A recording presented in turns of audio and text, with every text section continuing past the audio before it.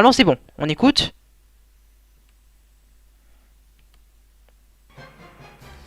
C'est bon, c'est réglé. C'est bon. On reprend, on reprend.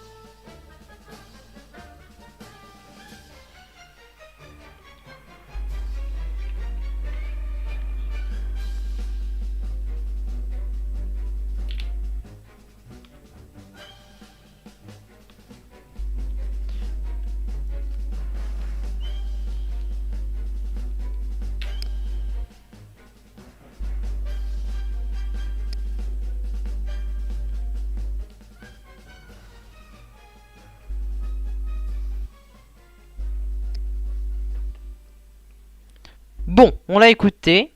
On l'a écouté, ça c'est bon. Attends, je crie là, non? Ouais, je crie un peu. C'est pour ça. Là, c'est bon. Parfait. Et en plus, il n'y a plus le petit son parasite, je pense. Je pense que ça, c'est bon. Bon, alors cette musique. Cette musique, qu'est-ce que vous en pensez? Eh bien, personnellement, moi, ce que j'en pense de cette musique, c'est que c'est une bonne musique. J'ai trouvé ça sympathique. Parce que on est sur quelque chose de construit. On est sur de la musique d'orchestre, qui est donc toujours assez sympathique pour moi. Il y a un truc qui est très sympa, c'est que c'est construit sur des contretemps.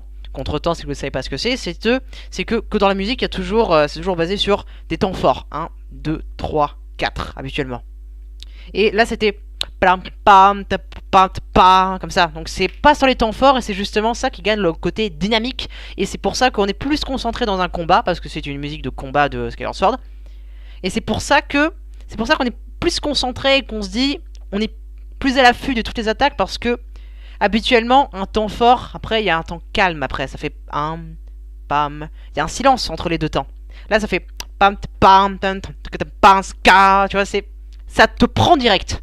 Ça te prend direct, et c'est pour ça que les contretemps sont très très souvent utilisés dans des musiques dynamiques et dans des musiques de combat. En plus, il y a une utilisation, il y a une connotation royale dans la musique, utilisée souvent par la caisse claire. Caisse claire qui est donc l'instrument qu'on utilise souvent à la batterie. Genre, paf, paf. La caisse claire, c'est vraiment le son qu'on entend le plus. Sauf qu'il n'est pas utilisé comme à la batterie, il est utilisé plutôt en tant que roulement. Les roulements, tu vois. Comme par exemple, je sais pas si vous connaissez, mais dans le Boléro de Ravel par exemple, il y a la caisse claire qui est ultra présente, et tout le morceau est basé sur cette caisse claire qui fait enfin qui fait ça. En gros, je l'ai très mal fait, mais l'idée est là. C'est que il y a une connotation royale, il y a une connotation de création et de disons de perfection, parce que dans ce genre d'univers fictif, c'est toujours l'ensemble de la famille royale qui est censé représenter les meilleurs des hommes, si je puis dire. Même si, bon, il y a Princesse Zelda, mais bon, vous avez compris ce que je voulais dire. Et donc cette caisse claire, ici, montre que c'est carré et que c'est construit. Contrairement aux cordes et à l'orchestre, qui eux montrent justement le côté chaotique de la musique, et le côté je ne sais pas ce qui va se passer, si je puis dire. Les percussions qui sont très carrées pour montrer le château d'Hyrule, parce qu'il me semble que le combat se passe toujours devant le château d'Hyrule. Et il y a donc les cordes qui montrent le côté chaotique, qui montrent également le combat contre Giraim, qui est donc le méchant principal. Enfin, le méchant. Ouais, c'est ça.